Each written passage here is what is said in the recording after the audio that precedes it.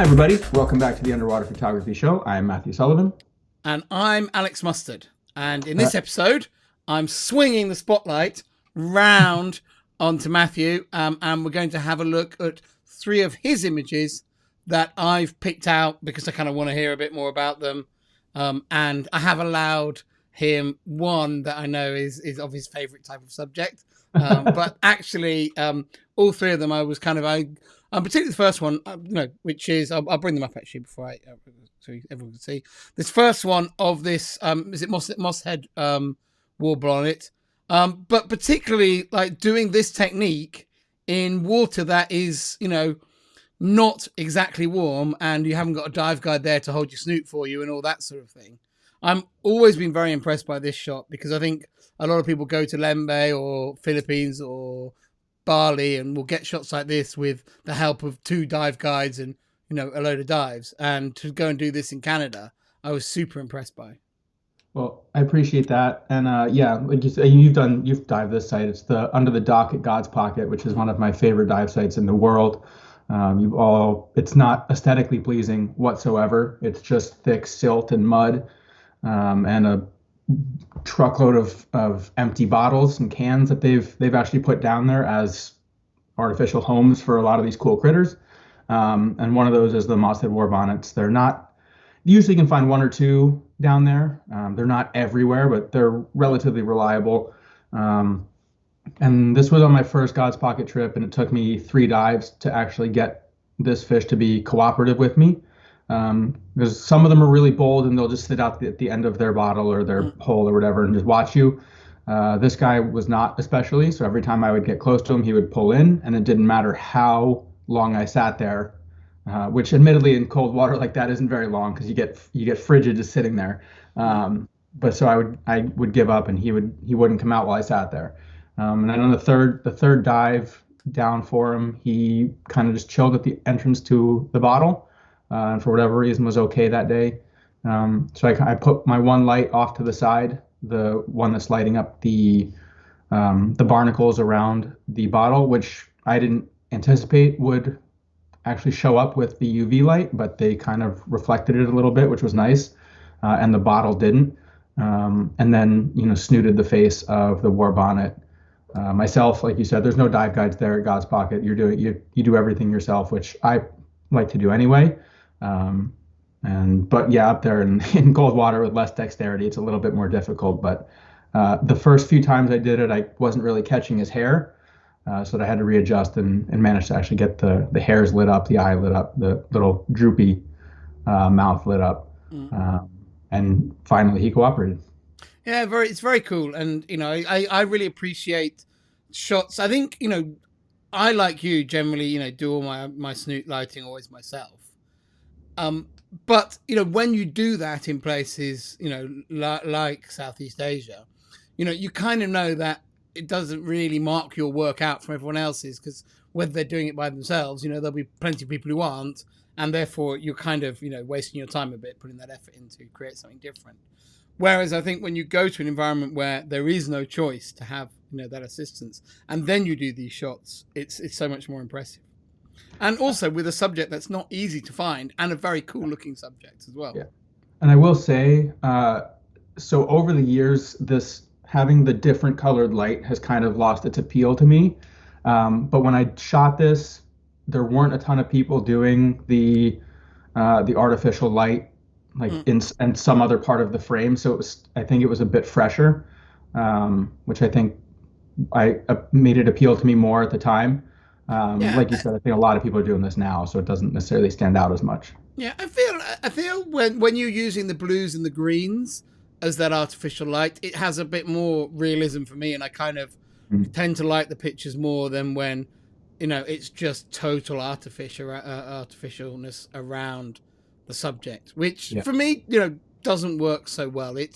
But I have to say, as a photography or particularly an underwater photography competition judge, I'll often award those shots because I appreciate the effort, the difficulty, and ultimately the visual appeal of them, even if Yeah. it's not what I'd want in my own work. So if Yeah. you hear me slagging them off on here, don't go, oh gosh, I should never enter those into a photo that competition that Alex is judging, because the first thing I would say is, I don't judge based on what I would create in my own pictures. I judge on what I think is deserving of awarding.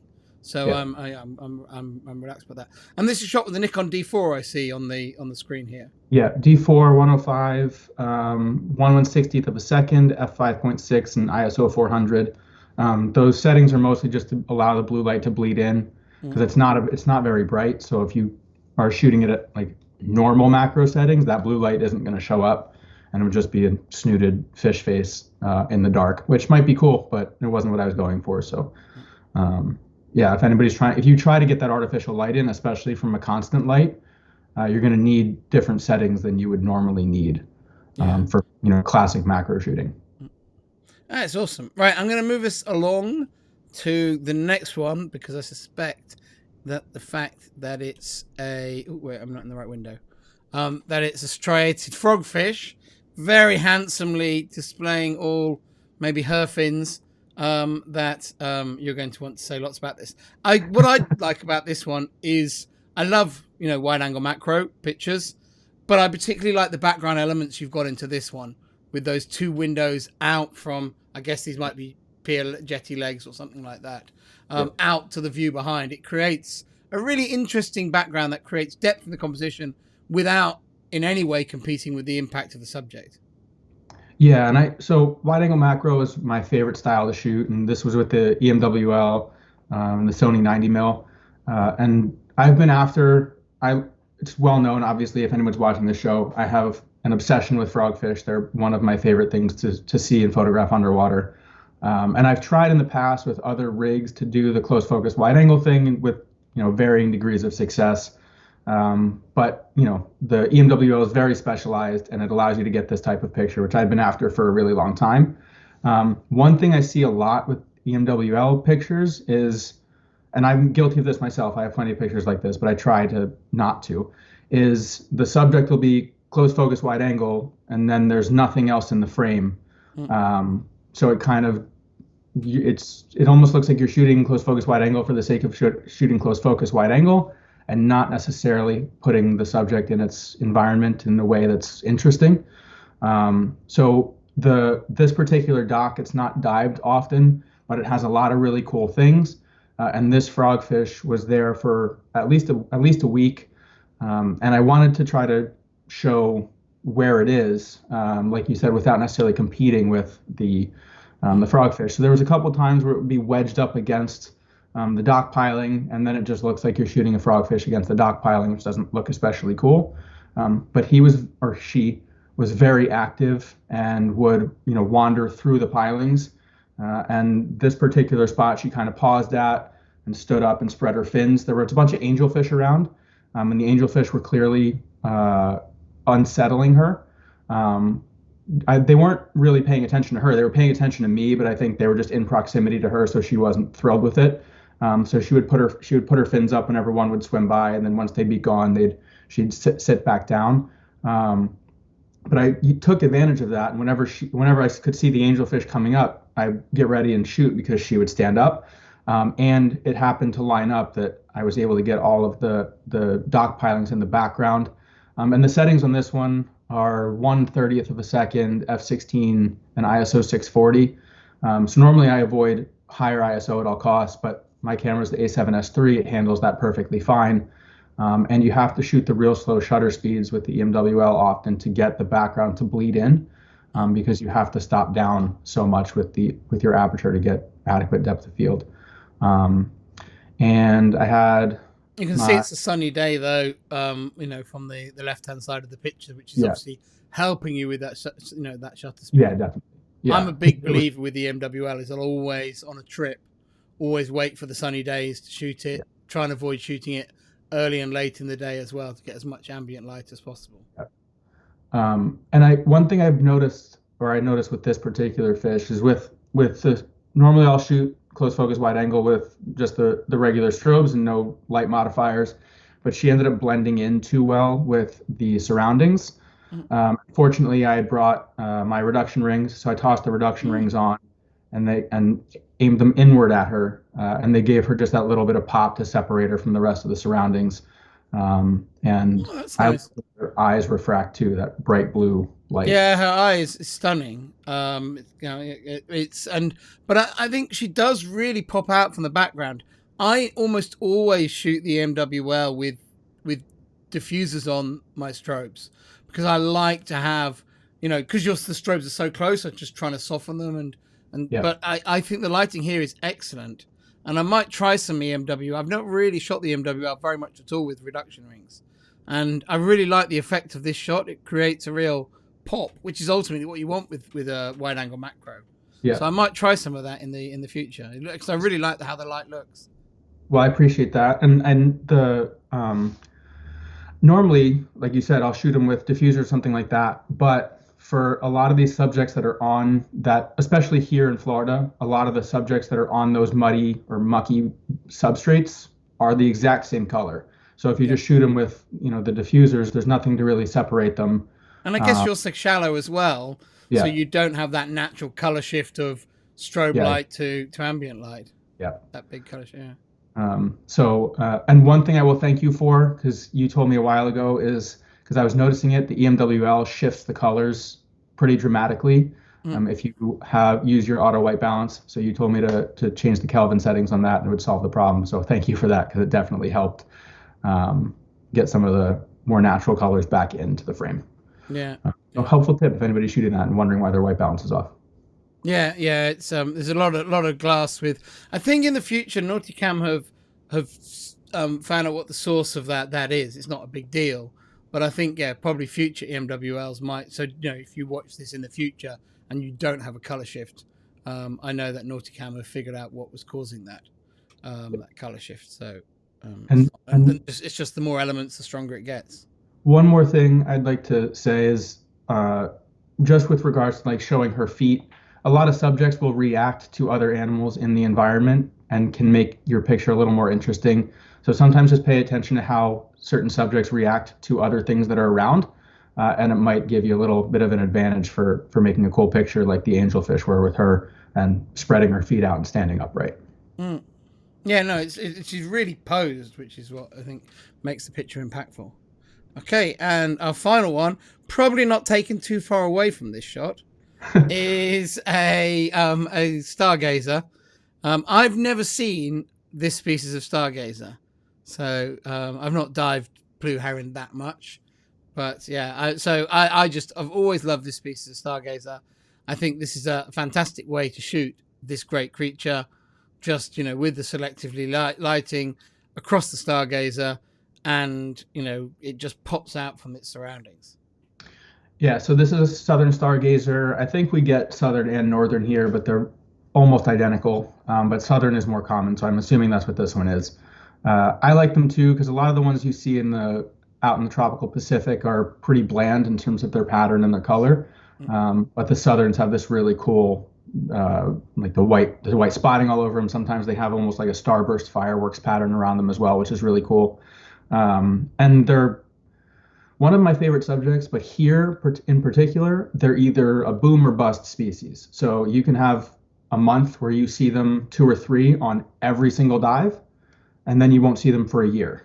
So I don't entirely know about their natural history or their life cycle or how they show up in numbers and then where they go. But this was during a period where I think we found three on this dive, and it was a period where we found like 10 in a week or something like that. Um, so it was a really good opportunity to try some different things with the stargazers. I have a bunch of different snooted shots, some where they fill the frame, some wide angle, things like that. But I really like this one because I hadn't seen anybody, and I'm sure it exists, but I hadn't seen anybody light them from like behind their head. Usually, if they're snooted from the direction of their mouth. And I lit it from the other side, which I think gave it maybe a different sort of creepy aesthetic. But they have a really, really cool face, and I think trying to emphasize all their texture and ridges is a really good approach for these guys. So I had an off-camera strobe with the snoot behind the fish pointed down across its face, and then a strobe on camera to trigger that one. But they have so many good textures, and you can really see all the different, like the structure of their skull. because of how the light came across its face with those big eyebrows and the creepy mouth. And it's one of the things I just think you have to emphasize whatever's unique about a fish, and I think I did a decent job with that here, which is their wild looking face. Yeah, I definitely agree with that.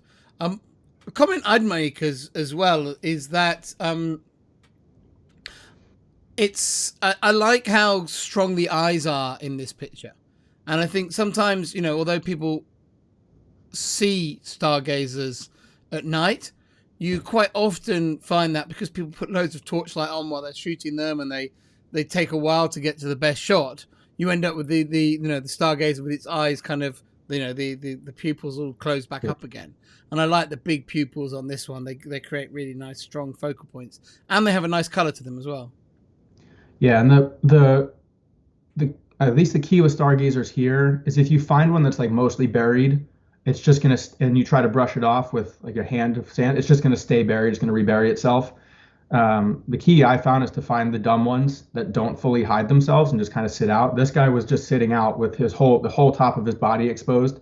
So I don't know how effective his camouflage was, but that way you don't have to like try to brush him off or disturb him or anything. He just sits there out in the open, and they're much less likely to either bury themselves or swim away.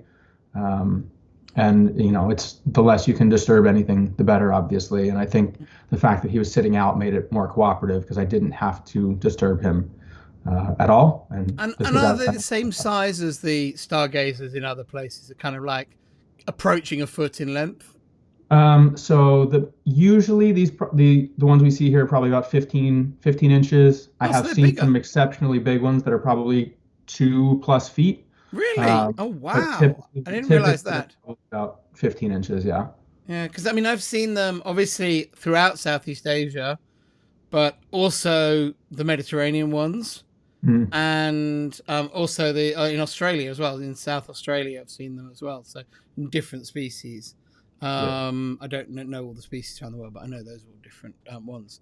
But they're all very similar in look and similar in size. Yeah. So I'm amazed how big these 2 feet. Yeah. One of these. Wow. I have a video of one somewhere, and we just found it. It was completely exposed, sitting out on top of the sand, and that's the biggest one I've ever seen, and it was probably 2 feet. Like wow. If it wasn't, it was within an inch or two. And they're also is the pattern nicer when they're big or nicer when they're small, or just varies? It just varies. They're all different. What I always think is interesting is how a lot of people just assume that they're a flat fish. And then if you see them out of the sand, their whole chest and I guess the mouth. They're shaped like this, kind of. yeah, exactly. So they're not flat at all. And at least with these guys, what's interesting is as the only place that has the pattern is the top part of their body, and then below that it's all white, and then their tail has a nice striped pattern. But the spotting or starburst pattern is only on the top. And then disappears as soon as you get below that little bit of their body, which I think is kind of interesting. But I guess it's evolution designed to mimic the sand or something, or the shells or something like that. Yeah, definitely a good camouflage. Definitely, it's disruptive camouflage, isn't it? A lot of the stargazers have that striped tail and also striped dorsal fins, and I guess that's a sexual selection thing of, it's a display feature. It makes sense to have display features that can be hidden away when hunting. Right, very cool. Right, I'm going to bring us back on screen if I can press the right number. One more cool thing I want to say about the stargazers is it's cool to me how they bury too. Like a lot of fish will just shimmy down into the sand, or they'll kick sand up. These guys will actually gulp water and blow it out below them, and kind of blow out a hole in the sand and then work their way down into it. Yeah, I know that they have those vents at the bottom, but I didn't know that that's how. And I've watched them bury themselves lots of times, frustratingly so. Yeah. And I don't know, one other thing, I don't know how, so I know a lot of the Indo-Pacific species, or however many there aren't a ton, I guess, have their tongue as a lure. So they'll sit in the sand and spit it out. I don't know if these guys have that. I've never seen one do it. So I'm imagining they are just straight ambush predators and don't have a lure, but. The one on the other side of the Atlantic, on the Eastern Atlantic, that has the lure and the tongue. I would imagine this one does too, because they must have something. But I have. Although I do think these are the most different from all the others, based on the pattern and the size. They don't, they feel kind of the most. All the rest are pretty similar. Yeah. Very And cool. if you're ever looking for tips on how to find stargazers, just randomly put your hands in the sand because you'd be amazed how often I found them without having seen them and just put a finger down and they shoot out from underneath Mm. underneath your hand. But really cool fish and a Well, fantastic subject.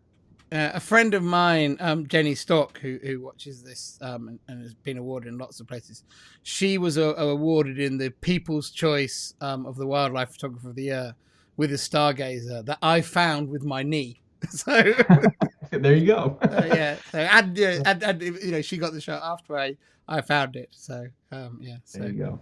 yeah. I wouldn't obviously normally want to find it that way, but that was the way it went. So, right, that's us back on the screen. Thanks everyone for watching, and we'll be back again soon with another edition of the Underwater Photography Show.